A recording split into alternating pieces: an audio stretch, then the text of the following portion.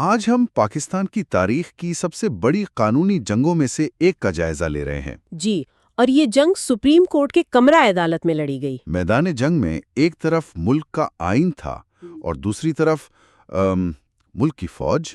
12 اکتوبر 1999 کو منتخب حکومت کا تختہ الٹ دیا گیا تھا، لیکن اصل کہانی یعنی قانونی کہانی اس کے بعد شروع ہوئی۔ بالکل، ہمارے پاس اس واقعے کو چیلنج کرنے والا سپریم کورٹ کا تفصیلی فیصلہ موجود ہے۔ سوال یہ تھا کہ جب بندوق آئین پر حاوی ہو جائے تو کیا عدالت طاقت کو قانون کا پابند بنا سکتی ہے؟ اور یہی آج کی ہماری چھان بین کا مقصد ہے کہ جب ریاست کو بچانے کا نعرہ لگے تو قانون آخر کہاں کھڑا ہوتا ہے؟ یہ معاملہ اس کا ایک خاص نام بھی تھا، ہے نا؟ جی، یہ سید ظفر علی شاہ بنام جنرل پرویز مشرف کے نام سے مشہور ہے۔ اور دیکھیں، یہ صرف حکومت ہٹانے کا کیس نہیں تھا، اس میں فوج کے 3 اقدامات کو چیلنج کیا گیا تھا۔ 3 اقدامات کون کون سے؟ ایک تو حکومت کا تختہ الٹنا، پھر ایمرجنسی کا نفاذ یعنی پروکلیمیشن آف ایمرجنسی، اور سب سے اہم ایک عبوری آئینی حکم یعنی PCO کا اجرا۔ اچھا، تو عدالت کے سامنے سوال سیاسی نہیں تھا بلکہ خالصتاً قانونی تھا، اور شاید پاکستان کی تاریخ کا سب سے بڑا سوال کہ کیا کوئی ایسا قدم جو آئین کو توڑ کر اٹھایا جائے قانونی جواز حاصل کر سکتا ہے، چاہے حالات کتنے ہی سنگین کیوں نہ ہوں۔ جی، چاہے حالات کچھ بھی ہوں۔ تو چلیں پہلے اس دن کی کہانی کو سمجھتے ہیں جب یہ سب شروع ہوا۔ 12 اکتوبر 1999 کو آخر ہوا کیا تھا؟ کہانی کا مرکز ایک ہوائی جہاز تھا۔ اس وقت کے army chief general Pervez Musharraf Sri Lanka کے دورے سے ایک کمرشل فلائٹ پر واپس آ رہے تھے۔ اور وہ ہوا میں ہی تھے جب وزیر اعظم نواز شریف نے انہیں عہدے سے برخاست کر دیا۔ بالکل، اور نہ صرف برخاست کیا بلکہ نئے آرمی چیف کا اعلان بھی کر دیا۔ اس کے بعد جو ہوا وہ ایک ایکشن فلم جیسا تھا۔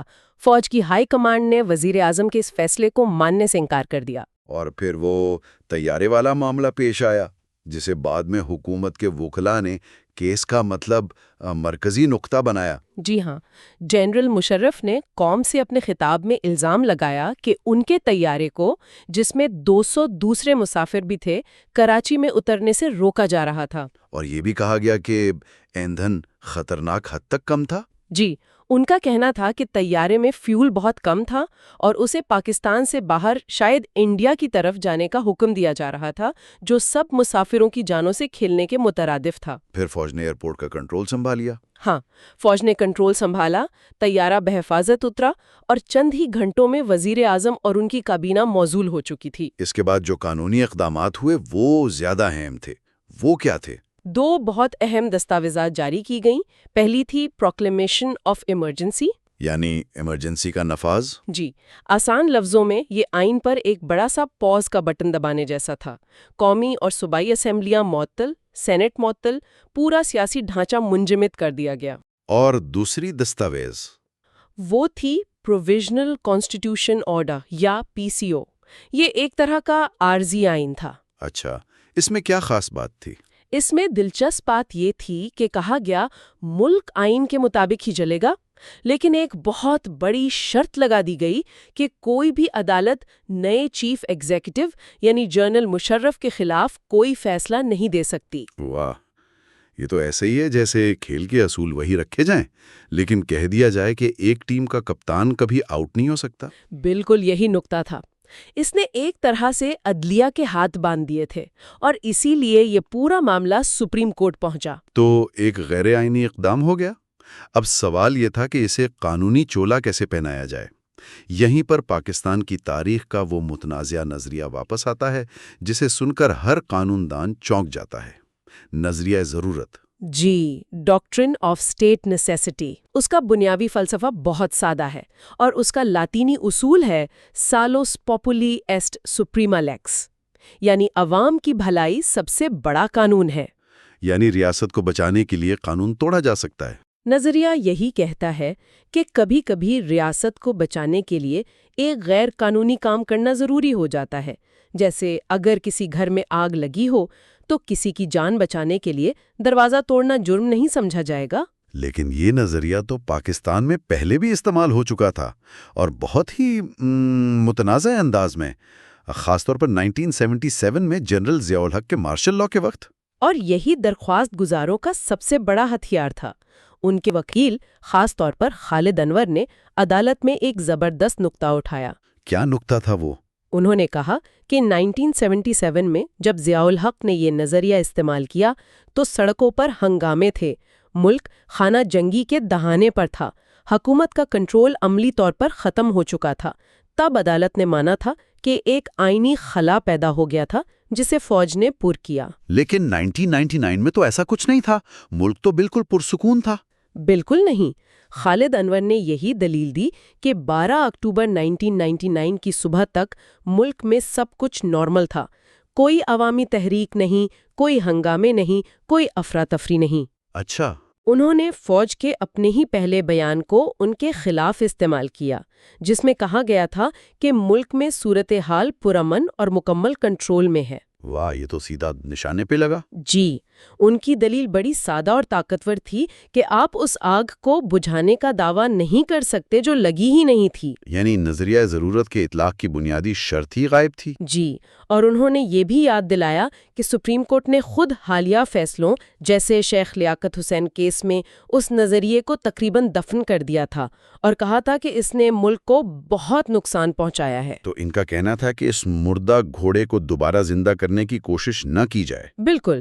اچھا، تو یہ لڑائی صرف اس ایک دن کے واقعے پر نہیں تھی، بلکہ یہ قانون کے بنیادی فلسفے تک پہنچ گئی تھی۔ یہ تو بہت گہری بات ہے۔ جی ہاں، یہاں عدالت کے سامنے دو بالکل مختلف دنیاؤں کی سوچ ٹکرا رہی تھیں۔ ایک طرف تھا جس کی لاٹھی اس کی بھینس والا اصول، یعنی طاقت کا قانون، جی، جسے قانونی زبان میں مشہور قانون دان ہینس کلسن کا نظریہ کہتے ہیں۔ کلسن کا نظریہ کہتا ہے کہ ایک کامیاب انقلاب اپنا قانون خود بناتا ہے، جو جیت گیا قانون اسی کا ہے۔ یعنی کامیابی ہی قانونی ہونے کی سب سے بڑی دلیل ہے۔ لیکن میرے خیال میں پاکستانی عدالتیں اس نظریے کو پہلے ہی مسترد کر چکی تھیں۔ بالکل، اور یہی درخواست گزاروں کا دوسرا بڑا نقطہ تھا۔ انہوں نے 1972 کے مشہور آسما جیلانی کیس کا حوالہ دیا، جس میں سپریم کورٹ نے کلسن کے نظریے کو پاکستان کے لیے نامناسب قرار دیا تھا۔ کیوں؟ کیا وجہ بتائی گئی تھی؟ عدالت نے کہا تھا کہ پاکستان کا بنیادی قانون، ہمارا گراؤنڈ نارم، کسی مغربی نظریے میں نہیں بلکہ قرارداد مقاصد میں ہے۔ یہ صرف ایک قانونی نقطہ نہیں تھا، یہ پاکستان کی نظریاتی روح کی جنگ تھی کہ ملک کا سپریم قانون کیا ہے، طاقت یا ایمان۔ اور اس قرارداد مقاصد کا خلاصہ یہی ہے کہ حاکمیت صرف اللہ تعالیٰ کی ہے۔ جی، اور عوام کے نمائندے اس اختیار کو ایک مقدس امانت کے طور پر استعمال کرتے ہیں۔ درخواست گزاروں نے کہا کہ یہ ایک ایسا ابدی اصول ہے جسے کوئی فوجی مہم جوئی یا انقلاب ختم نہیں کر سکتا۔ آئین اسی امانت کا تحریری ثبوت ہے۔ تو یہ بحث ایک طرف طاقت کے قانون اور دوسری طرف ایک مقدس امانت کے تصور کے درمیان تھی، اور اس میں عدلیہ کا اپنا کردار کیا تھا؟ یہیں پر بحث اور گہری ہو گئی۔ درخواست گزاروں نے کہا کہ عدلیہ آئین کی محافظ ہے۔ انہوں نے برطانوی تاریخ سے جسٹس کک کی وہ مشہور مثال دی جب انہوں نے طاقتور بادشاہ جیمز اول کو منہ پر کہہ دیا تھا کہ بادشاہ بھی خدا اور قانون کے تابع ہے۔ یہ تو حکمران کو قانون کے تابع لانے کی ایک تاریخی جدوجہد کی علامت ہے۔ جی بالکل۔ اس کے مقابلے میں ایک اور فلسفی بیکن کا نظریہ تھا کہ عدالت شیر ہے، لیکن شیر بادشاہ کے تخت کے نیچے بیٹھتا ہے۔ یعنی عدالت طاقتور تو ہے لیکن حاکم کے ماتحت۔ ثانی عدلیہ کا کردار جسٹس کک والا ہے، بیکن والا نہیں۔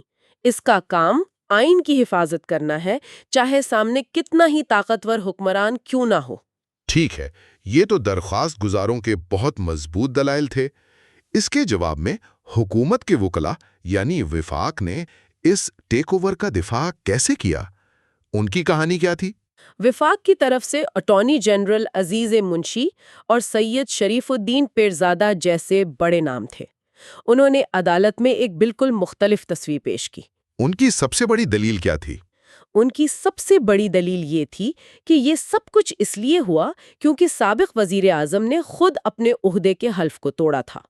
ان کے مطابق وزیر اعظم کے اقدامات ملک کی سلامتی، خود مختاری اور استحکام کے خلاف تھے۔ لیکن یہ دلیل تو ہر فوجی بغاوت میں دی جاتی ہے۔ کیا انہوں نے عدالت میں کوئی ٹھوس ثبوت پیش کیا کہ ملک واقعی مکمل تباہی کے دہانے پر تھا؟ انہوں نے کئی واقعات کو جوڑ کر ایک زنجیر بنانے کی کوشش کی۔ ان کا مرکزی نقطہ وہی طیارہ ہائی جیکنگ کا واقعہ تھا۔ انہوں نے اسے صرف ایک انتظامی فیصلہ نہیں بلکہ ریاست پر حملے کے مترادف قرار دیا۔ ریاست پر حملہ؟ وہ کیسے؟ دلیل یہ تھی کہ آرمی چیف کے ساتھ ایک دشمن جیسا سلوک کیا گیا، جس سے نہ صرف ان کی جان کو خطرہ لاحق ہوا بلکہ پوری فوج کی کمانڈ اور ملک کی ایٹمی سلامتی کو بھی شدید خطرہ لاحق ہو گیا۔ یعنی یہ ایک شخص کا نہیں، پورے ادارے پر حملے کا معاملہ تھا؟ بالکل۔ پھر انہوں نے آئین کی 13ویں ترمیم کا ذکر کیا۔ اچھا، وہ جس سے صدر کے اختیارات ختم کیے گئے تھے؟ جی، وہ مشہور زمانہ آرٹیکل 58-2B، جس کے تحت صدر اسمبلی تحلیل کر سکتا تھا۔ وفاق کے وکلاء نے دلیل دی کہ اس ترمیم سے ملک کا آئینی توازن بگڑ گیا تھا اور تمام طاقت وزیر اعظم کے ہاتھ میں آ گئی تھی، جس سے ایک آئینی آمریت قائم ہو گئی تھی۔ مطلب نظام کے اندر چیک اینڈ بیلنس کا کوئی راستہ ہی نہیں بچا تھا؟ ان کے مطابق جی ہاں، اور اس کے علاوہ کرپشن اور معیشت کے مسائل بھی اٹھائے گئے۔ وہ تو لازمی اٹھائے گئے ہوں گے۔ جی، بڑے پیمانے پر کرپشن، بینکوں سے لیے گئے قرضے معاف کروانا اور تباہ حال معیشت کو بھی فوجی مداخلت کے جواز کے طور پر پیش کیا گیا۔ انہوں نے ماضی میں سپریم کورٹ پر حملے کے واقعے کا بھی حوالہ دیا اور کہا کہ سابقہ حکومت نے عدلیہ جیسے اداروں کی توثیق کی۔ تو ان کا حتمی موقف یہ تھا کہ فوج کا یہ اقدام ناگزیر ہو چکا تھا؟ جی، ان کا موقف تھا کہ ملک ایک ایسے بحران میں تھا جس کا حل آئین کے اندر موجود نہیں تھا، اور یہ اقدام ملک کو مکمل تباہی سے بچانے کے لیے آخری حربے کے طور پر ضروری تھا۔ تو آج کی اس گہری چھان بین میں ہم نے دیکھا کہ 1999 کا فوجی ٹیک اوور صرف ایک سیاسی واقعہ نہیں تھا بلکہ ایک پیچیدہ قانونی معرکہ تھا۔ بالکل، یہ آئین کی بالادستی کے اصول اور ریاست کی بقا کے نظریے کا ایک زبردست ٹکراؤ تھا۔ ایک طرف یہ دلیل تھی کہ آئین ایک مقدس دستاویز ہے، ایک سماجی معاہدہ ہے جسے کسی بھی حالت میں توڑا نہیں جا سکتا۔ اور دوسری طرف یہ موقف تھا کہ جب ریاست کی بنیادیں ہی خطرے میں ہوں اور آئینی مشینری خود تباہی کا باعث بن رہی ہو، تو غیر معمولی اقدامات یعنی آئین سے باہر نکلنا نہ صرف ضروری بلکہ قانونی جواز بھی حاصل کر لیتا ہے۔ آخر میں ایک سوچنے کی بات، اس فیصلے میں ایک جگہ ایک اسکالر کا قول نقل کیا گیا ہے جو سوال کرتا ہے کہ اگر کوئی عدالت ایک انقلابی حکومت کے خلاف فیصلہ دے دے تو کیا ہوگا؟ کیا اس فیصلے پر عمل ہو پائے گا؟ جی، یہ عدلیہ کی نازک اور طاقتور حیثیت کو ایک ساتھ ظاہر کرتا ہے کہ اسے زبردست طاقت کے سامنے بھی کرتا ہے کہ کسی ریاست میں طاقت کا حتمی سرچشمہ کیا ہے؟ تحریری آئین عوام کی مرضی؟ یا وہ کڑوی حقیقت کے کنٹرول کس کے ہاتھ میں ہے؟ اور ایسے بحران میں عدالت کا حقیقی کردار کیا ہونا چاہیے؟ ایک اصول پرست محافظ کا یا ایک حقیقت پسند سالس کا؟ You are watching Legal Gupshup and GK with MD, your source for legal, historical, and breaking news. Don't forget to like, subscribe, and share for more informative content.